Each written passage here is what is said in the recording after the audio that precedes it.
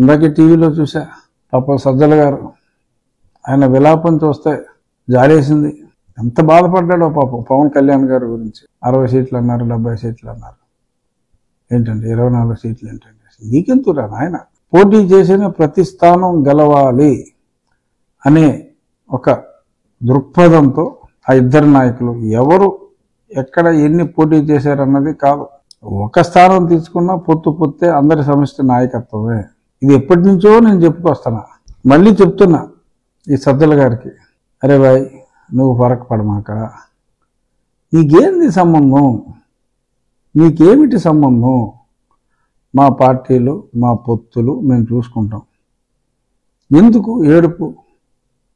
మీరేం చేశారు ఇప్పుడు దాకా? 6 విడతల్లో ఒక 60 స్థానాలని మీరు అనౌన్స్ చేశారు. చాలా స్పీడ్గా చేస్తాడు జగన్మోహన్ రెడ్డి డెసిషన్ మేకింగ్. ఏంటి మరి ఇవాళ చంద్రబాబు నాయుడు గారు పవన్ కళ్యాణ్ గారు కూర్చుని పావుగంటలో 94 స్థానాలు తెలుగుదేశం, 5 స్థానాలు జనసేన, అంటే 99 స్థానాలు చిటికెలో అనౌన్స్ చేశారు. రేపు భారతీయ జనతా పార్టీ కూడా అయిపోయింది, పొత్తులోకి వచ్చిన తర్వాత మిగిలిన 76 స్థానాలు, అలాగే 25 పార్లమెంట్ స్థానాలు at a time single shot వచ్చేస్తాయి. మీరు 30 విడతలు వేస్తారా? మళ్ళీ మార్పు విడతలు ఉంటాయా? మీరు చూసుకోండి, మీ పని మీరు చూసుకోండి. 1, 2, 3 ఇవి విడిగా ఉంటే అంతే, ఒకటిగా కలిపి చూడు అది 123 అని నిండు సూర్యాల సినిమాలో ఒక మంచి పాట, ఆ పాటని గుర్తు చేసుకుందాం. ఇక మొన్నటి వరకు సాక్షిలో ఈరోజు కూడా అక్కడ వారు ఆందోళనలో ఉన్నారు, ఇక్కడ వీరు ఆందోళనలో ఉన్నారు అని ఎలాగైనా సరే రెచ్చగొట్టి 2-3 చిల్లర ఛానల్ని పేర్లు చెప్తూ ఏడుస్తారు. ఎందుకంటే ఆ ఛానల్ యాజమాన్యం కూడా నాకు బాగా తెలుసు. ఆ చిల్లర ఛానల్స్ని రెచ్చగొట్టి వాళ్ళకి జనసేన పక్షపాత ఛానల్స్ అని ఒక ముద్ర వేసి ఆ ఛానల్స్లో తింగర మాటలన్నీ మాట్లాడించి ఎలాగైనా కూటమికి విఘాతం కలిగించాలి అని చాలా చాలా నీచంగా మాట్లాడి పొత్తు చర్చాలని చెప్పి చూశారు. ఎందుకంటే అన్ని సాక్షులు వేసుకుంటే దరిద్రంగా ఉంటాయి కాబట్టి. సరే, ఆ ఛానల్స్ ఏంటో ప్రజలకు తెలుసు, నేను చెప్పక్కర్లా.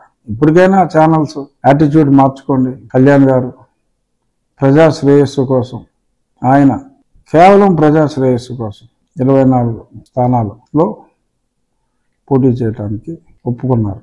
తక్కువ కావచ్చు, కానీ ఆయన లెక్క పెట్టింది స్ట్రైక్ రైట్ 100% ఉండాలి, ఒక్కటి కూడా మిస్ అవడానికి వీలు లేదు అనే సంకల్పంతో వీళ్ళు ఎంత చెత్త మాట్లాడినా ఆయన కేవలం రాష్ట్ర ప్రజల శ్రేయస్సు కోరి ఆయన ముందుకొచ్చారు.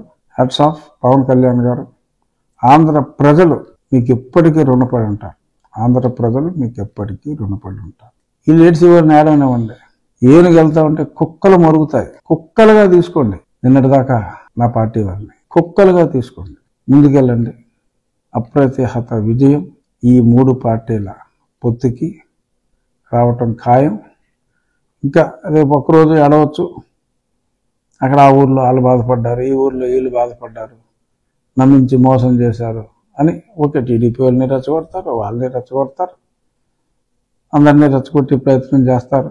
సాక్షి వారు ఇక్కడ ఎవరో రెచ్చుకోవడమ్మా, మీ పని అయిపోయింది, అందులో ఎటువంటి కన్ఫ్యూజన్ అక్కర్లేదు. మీ ఫేస్లో ఆ ఫ్రస్ట్రేషన్ చూస్తేనే మాకు అర్థమైపోతుంది మీరెంత దుఃఖ సాగరంలో ఉన్నారో. ఇంకా రేపటి నుంచి సాక్షి రాతలు ఇంకా రాయాలన్నాలు రాసుకోవడానికి ఏమి ఉండవు, ఆ ఏడుపు తప్ప మనకు ఆ దౌర్భాగ్యం వదిలిపోతుంది. చక్కటి అన్యోన్యతతో పార్టీ కేడర్ అంతా కలిసి పనిచేసి, 3 పార్టీల కేడర్ కలిసి పనిచేసి, మళ్ళీ చెప్తున్నా, ఈ 2 ఇవాళ కలిసి ప్రకటించారు. వారి వారి స్థానాలను కూడా చక్కగా నవ్వుతూ, చంద్రబాబు గారి మొహంలో కూడా నవ్వు తాండవించింది. కళ్యాణ్ గారు అంటే ఆయన ఎప్పుడు నవ్వుతూ ఉంటారు. చంద్రబాబు నాయుడు గారు కూడా చక్కగా చిరునవ్వుతో చిట్ట చివరిగా 94వ పేరుగా ఆయన పేరుని ఆయన ప్రకటించుకోవటం జరిగింది.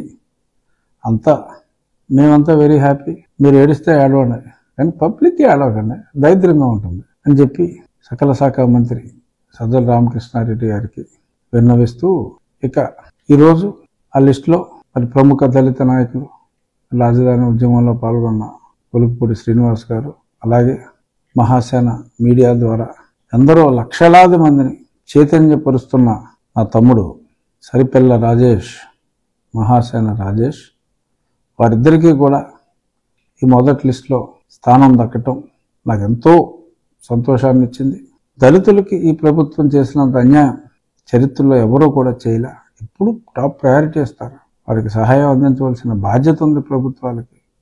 వారెంతగా మోసపోయారో మరి ఎప్పటి నుంచో ప్రజల్ని చైతన్యవంతం చేస్తున్నారు వీరిద్దరూ. సరే, రేపు నోటిఫికేషన్ వచ్చిన తర్వాత మళ్ళీ ఆ 12-13 తర్వాత ఎవరి క్యాంపెయిన్లో వాళ్ళు ఉంటారు.